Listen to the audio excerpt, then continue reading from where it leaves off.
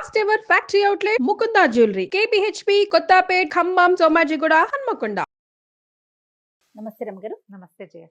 రమగారు, సంకటహర చతుర్థి దీని యొక్క విశిష్టత, ఆ రోజు అసలు మనము ఆచరించాల్సిన విధి విధానాలు, ప్రత్యేకమైన పూజలు అందరూ చేసుకోవచ్చా, ఏంటి రమగారు అసలు? ప్రతిసారి మాట్లాడదాం జయ. మనం ప్రతి సంవత్సరం వినాయక చవితి అప్పుడు ఇది చెప్తూ ఉంటాం. సంకటహర చతుర్థి అంటే నెలకి 2 చవితులు వస్తాయి. మనం ఎట్లా వెళ్తాం, మన కాలం ఎలా నడుస్తుంది, మంది డేట్ల ప్రకారం పోతుంది. అవును, 1, 2, 3, 4 నుంచి 30 దాకా లేదా 31 దాకా, కొండవచ్చో 27, 28 దాకానే. అంతే అంతే. అయితే మన హిందూ దీని ప్రకారం, భారతీయ పాత విధానం ప్రకారం చాంద్రమానం నడుస్తుంది. ఈ చాంద్రమానం అంటే చంద్రుడి యొక్క కదలికలతో మన డే మారుతుందన్నమాట. తిథులు అంటాం వాటిని మనం. 28 ఇవి ఎట్లా పోతాయి? 28 కాదు, పోనీ 29, 30 చేసుకుందాం దాన్ని. పాడ్యమి నుంచి మొదలు పెట్టుకుని పౌర్ణమి దాకా 15. ఓకే. అక్కడి నుంచి 16వ రోజు నుంచి మళ్ళీ పాడ్యమి నుంచి మొదలు పెట్టుకుని అమావాస్య దాకా. ఓకే. ఇట్లా మన తిథులు నడుస్తూ ఉంటాయి. ఇందులో ప్రతి నెల 2 పాడ్యములు రావాలి, 2 విధియలు, 2 తదియలు, 2 చవితులు, 2 పంచములు, 2 షష్ఠులు, 2 సప్తములు, అన్ని 2 రావాలి. అవును. 2 రానివి ఏమిటి? ఒకటి పౌర్ణమి, రెండోది అమావాస్య. అవి మాత్రం సింగిల్ డేట్స్. చతుర్దశులు, త్రయోదశులు, దశములు, ఏకాదశులు అన్ని 2 రావాల్సింది. ఏకాదశి నియమం మనకి సాధారణంగా ఉంటుంది. ఎట్లా? శుక్ల ఏకాదశి, బహుళ ఏకాదశి. ఏకాదశి నాడు ఉపవాసం ఉండటం, ద్వాదశి నాడు ద్వాదశ పారణ చేయటం మన తాలూకు హిందూ సంప్రదాయం. అలాగే హిందూ సంప్రదాయం ప్రకారం నెలలో వచ్చే 2 చవితులని మనం వినాయక ఆరాధన చేయవచ్చు. ఓకే. ఈ చవితి ఆరాధన మనం ప్రత్యేకంగా ఎప్పుడు చేస్తాము? వినాయక చవితి చేసుకుంటాం. ఒక శుక్ల చవితి సంవత్సరంలో ఒక్కసారి వినాయక శుద్ధ చవితి నాడు, అది మన భాద్రపద శుద్ధ చవితి నాడు వినాయక వ్రతకల్పం చేసుకుంటాం. వినాయకుడి పుట్టినరోజని, ఆ రోజునే ఆయనకి గణాధిపత్యం లభించిందని, వాళ్ళు ఆయన్ని పూజిస్తే అన్ని విఘ్నాలు తొలగిపోతాయని గణాధ్యక్షుడని ఆయన్ని కొలుచుకుంటాం. అలాగే ప్రతి నెల వచ్చేటువంటి కృష్ణ చవితి నాడు, బహుళ చవితి నాడు వినాయక ఆరాధన చేస్తే సమస్త విఘ్నాలు తొలగిపోతాయి అనేది ఒక ప్రత్యేకమైన నియమంగా చెప్తారు. ఓకే. ఈ నియమాన్ని మనకంటే ఎక్కువగా తమిళులు పాటించేవారు. వాళ్ళు ఎక్కువ పాటిస్తారు. మనకి జాతకంలో కేతు ప్రభావం ఎక్కువగా ఉన్నా, ఏ పనైనా మొదలుపెట్టి ఎప్పటికీ అవ్వకపోతున్నా, పిల్లలు చదువుల్లో వెనకపడుతున్నారనిపించిన, దీనికి మన ఇంట్లో ఉండాలి వ్రతము నియమము ఏం లేదు. పెద్దవాళ్ళు చెప్పిందే చెయ్యాలి, మన ఇంట్లో లేకపోతే చెయ్యకూడదు అలాంటిది ఉండదు. సార్వజనీయమైన వ్యవహారం, ఎవరైనా చేసుకోవచ్చు. మనమే ప్రాబ్లమ్స్లో ఇరుక్కుంటున్నాం. ఏ పనైనా మొదలు పెడితే అవటం లేదు, అన్ని అడ్డంకులే దానికి. ఓకే. వ్యాపారాలకి, చదువులకి, ఇంట్లో ఏదైనా వస్తువులు తరచుగా పాడైపోవటం, ఇది కూడా జ్ఞాపకం పెట్టుకోండి. మిక్సీ రిపేర్ చేయిస్తావు, వెట్ గ్రైండర్ పడుకుంటుంది. దానికి ఏదో చేయిస్తావు, వాషింగ్ మెషిన్ ప్రాబ్లం వస్తుంది, అది అయిపోయింది, సూయింగ్ మెషిన్ పడుకుంటుంది. ఇట్లా రిపేర్లు చేస్తూ ఉన్న వాళ్ళు ఉంటారు చూడు. నేను కూడా ఉన్నా ఆ లిస్ట్ లో. అవునండి. నేను ఒకటి రిపేర్ చేస్తే ఇంకోటి వస్తుంది. ఒకటి మొదలు పెడితే పాపం లిస్ట్ వస్తుంది, వస్తూనే ఉంటుంది. మా వాళ్ళ ఇంట్లో ఎక్కిరిస్తున్నారు, ఒకటి రిపేర్ చేయకుండా ఉంచుకుంటే అది ఒకటే ఉంటుంది నీకని.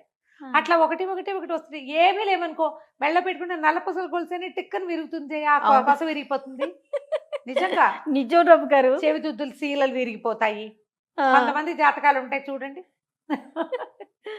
ఒక వరుసగా వస్తాయి, ఆగితే మళ్ళీ ఆగిపోతాయి. 2 సార్లు 2 బంగారపు వస్తువులు అయినాయి. ఓ వారమేమో ఒక 15 రోజుల్లో ఒక మొదటి ఫోర్ట్నైట్ లో చెవిదుద్దు సీల బిళ్ళ విరిగి చేతిలోకి వచ్చింది, పొల్లేమో ఆ గొట్టంలో ఉండిపోయింది.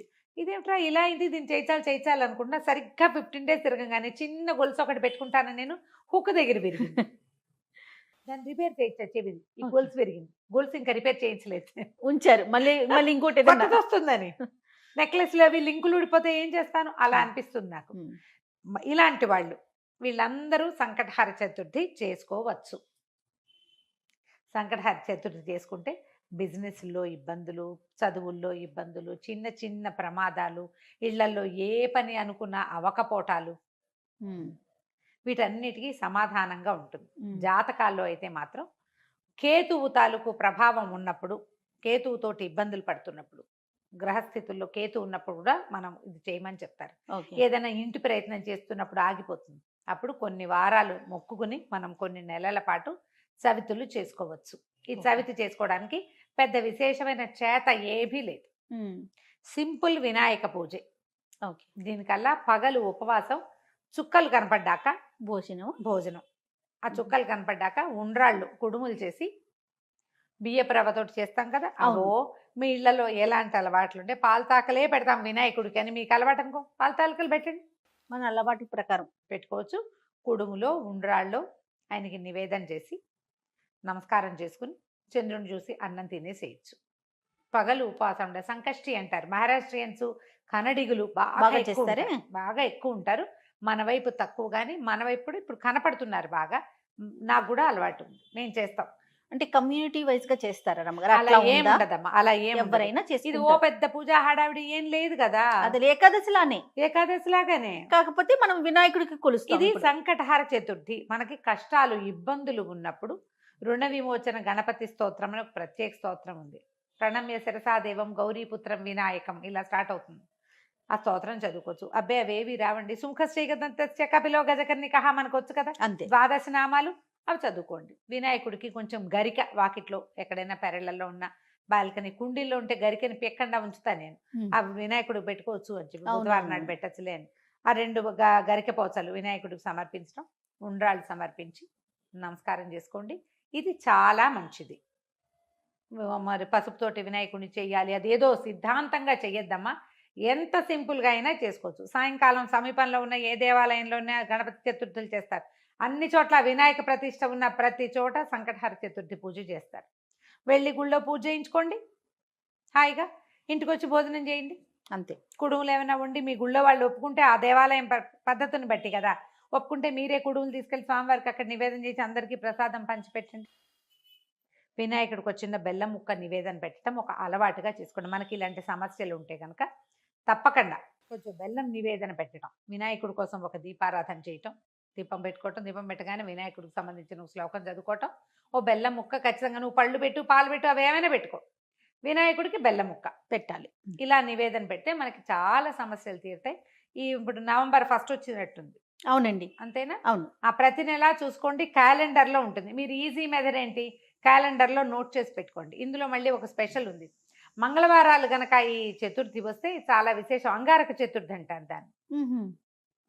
అది చాలా విశేషమైంది. అది ఎక్కువ సమస్యలు తీరుస్తుంది, ఇంకా ప్రాబ్లమ్స్ తీరుస్తుంది. దీనివల్ల బ్రహ్మాండం బదలైపోయి వారికి ఏదో వస్తుందని కాదు, కొన్ని జాతకపరమైన సమస్యలు తీరుతాయి.